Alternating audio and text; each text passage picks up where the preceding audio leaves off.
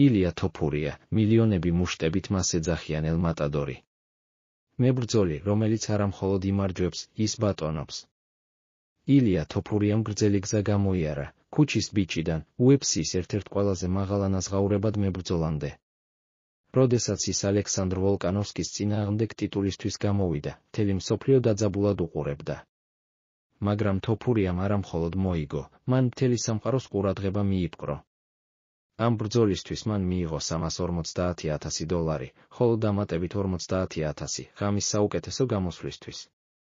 მაგრამ ეს მხოლოდ დასაწყისი იყო. UFC-ის 308 ბრძოლა, რომელმაც ყველაფერი შეცვალა 2024 წლის ოქტომბერი. მთავარი ბრძოლა, ტიტულის დაცვა და მილიონები.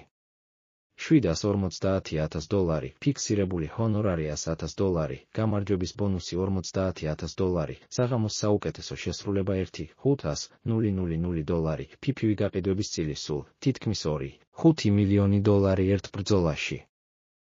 რამდენს გამოიმუშავებს თოფურია კარიერაში? ოფიციალური მონაცემებით, თოფურიას უკვე მიღებული აქვს $3 მილიონ-ზე მეტი.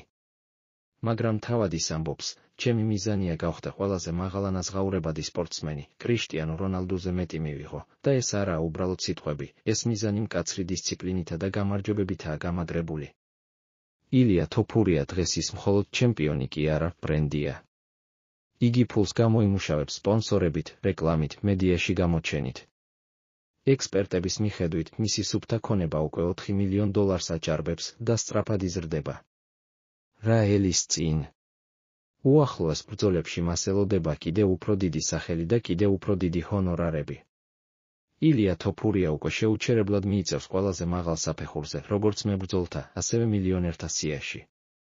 ილია თოფურია, ის არა მხოლოდ მუშტებით იბრძვის. ის ქმნის ლეგენდას.